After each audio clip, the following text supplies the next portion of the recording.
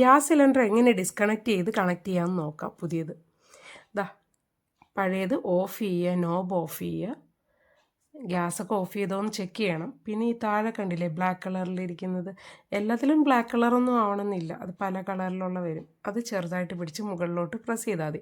2 കൈ വെച്ച് പ്രസ് ചെയ്യുമ്പോൾ പെട്ടെന്നെങ്കിൽ പോരും. ഇതിപ്പോൾ ഞാൻ ഒരു കയ്യിൽ ഫോൺ പിടിച്ചത് കൊണ്ടാണ് ചെറിയൊരു പ്രയാസം പോലെ തോന്നിയത്.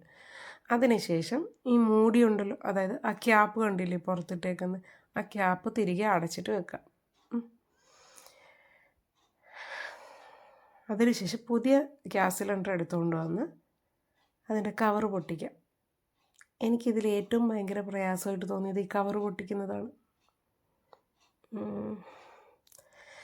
കവർ പൊട്ടിച്ച ശേഷം പലർക്കും പല രീതിയാവും. ഇവിടെ പലരും ഗ്യാസ് തനിയെ കണക്ട് ചെയ്യാൻ അറിയാത്തവർ കാണും. അവർക്ക് വേണ്ടി ഒരു സഹായത്തിന് വേണ്ടിയാണ് ഞാൻ ഈ ഒരു വീഡിയോ ഇട്ടത്. ഇന്ന് സിലിണ്ടർ കാലിയായപ്പോൾ എന്തായാലും ആ പ്ലാസ്റ്റിക് കവർ ഊരി അതിനുശേഷം കണ്ടില്ലേ ആ വള്ളി പിടിച്ച് വലിച്ചിട്ട് ചെറുതായിട്ട് മുകളിലോട്ട് പൊക്കിയാൽ മതി ആ ക്യാപ്പ്. അപ്പോഴത്തേക്ക് പെട്ടെന്ന് ഇത് ഊരി വരും. ഇത് ഊരാനാണ് എല്ലാവർക്കും പ്രയാസം.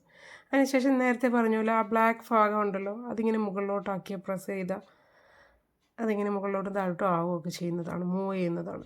എന്നിട്ട് അത് മുകളിലോട്ട് ചെറുതായിട്ട് പൊക്കിയിട്ട് അതിലോട്ട് വെച്ച് ഒന്ന് തിരിച്ചാൽ മതി. അപ്പോഴത്തേക്ക് ഒരു ചെറിയൊരു സൗണ്ട് കേൾക്കും, ടക്ക് എന്നൊരു സൗണ്ട് കേൾക്കും. അപ്പോഴത്തേക്ക് അത് കണക്റ്റായി അതിൽ. അതിന് ശേഷം നമുക്ക് സിലിണ്ടർ ഓൺ ചെയ്ത് ഗ്യാസ് സ്റ്റൗവിൽ ഓൺ ചെയ്ത് എല്ലാം ഉണ്ടാക്കാവുന്നതാണ്. ഇത് പലർക്കും പ്രയാസമാണ്, അതുകൊണ്ട് മാത്രമാണ് ഞാനിത് കാണിച്ചത്. ചിലർക്കൊക്കെ ഇത് എളുപ്പമാണ് കേട്ടോ, ചിലർക്കൊക്കെ ഈ ട്രിക്ക് അറിയുന്നവരുണ്ട്.